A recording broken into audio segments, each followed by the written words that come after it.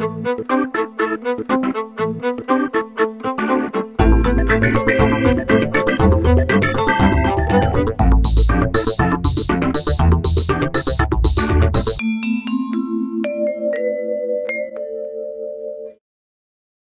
I'm Sean Wolf with the Red Herring, and this is Red Herring One-on-One.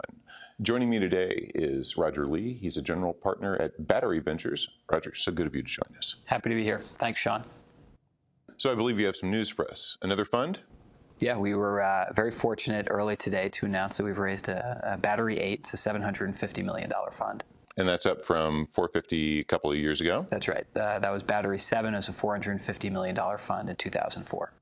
What was the idea behind raising $750 million over the last raise? I mean, it's a substantial increase. Sure. So we've actually been stage agnostic since we launched the fund 25 years ago. If you look back at some of our early investments, there are some roll-ups, some pipes, some take-privates. We continue to exercise that in Battery 7, our most recent fund, and we'll continue to do that in Battery 8, the new fund, and feel that the size gives us a little bit more flexibility. We can continue to do the early stage stuff, and we will always be active in the very early stage seed markets.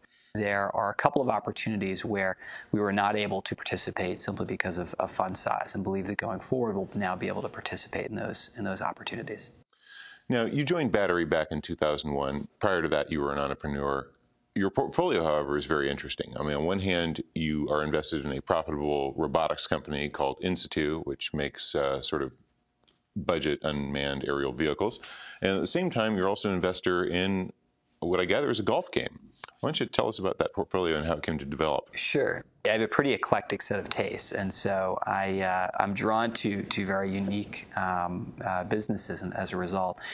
In the case of Insitu, it was the opportunity to invest in a great team, building these lower-priced unmanned aerial vehicles, playing into a very large market. The U.S. Pentagon is going to invest $50 billion in UAVs over the next 10 years. That's just one customer of many worldwide, and it plays on the fact that the world is becoming more suspicious, and UAVs become a very important piece of technology to capture information and relay that information to lots of people.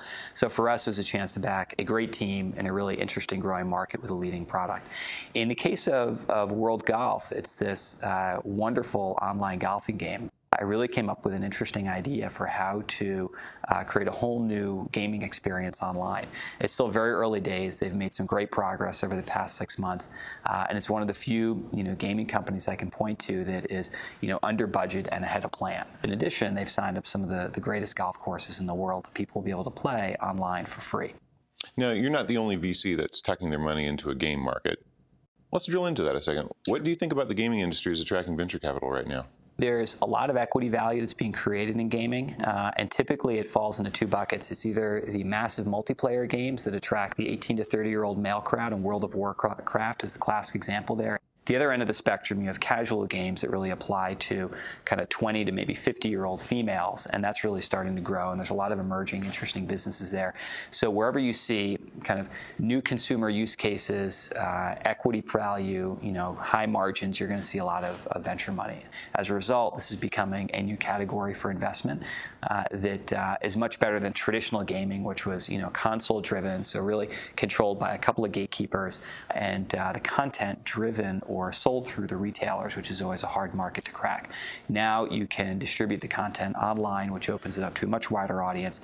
You can control many more of the economics for yourself. You're less reliant on the gatekeepers, and as a result can generate better margins and more equity value for the investors. How are you tackling the mobile space? I haven't seen you make any investments there yet. Investing in mobile content and in mobile media is something we continue to think is interesting.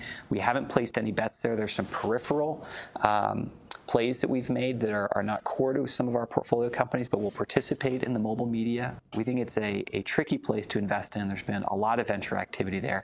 You have this problem that there's a few key gatekeepers in the case of the mobile carriers that really control what you as a consumer see and what type of economics a company could generate. So we've been hesitant to make some direct bets there, but over time I think that'll change. It's an interesting and dynamic market, and we think we'll be active there. Finally, you've obviously been seeing a vast number of deals over the course of the past 6 years, which has been a very exciting time. Any deals you've taken a pass on that you now regret? Sure, there are a lot. LinkedIn certainly has now evolved to become a really, really interesting business. Reid Hoffman's one of the great entrepreneurs of the past 10 years. A really fantastic job getting that off the ground. So I regret not more actively pursuing that one, because I think it would have been just a great opportunity to work with Reid. And Wikia has turned into a great company as well. I had the chance to meet with Jimmy years ago back in Florida at some of the early Wikipedia offices, and similar situation. It was more of a bandwidth issue at the time. I really liked the vision of what they were doing, but there's a long list of companies that I passed on. But certainly those are two of the higher profile ones right now that look like they're going to turn into really interesting businesses. Oh, very good. Thanks for your candor, and thanks for joining us today, My Roger. pleasure. Happy to be here. It's good to see you. Good to see you, Sean.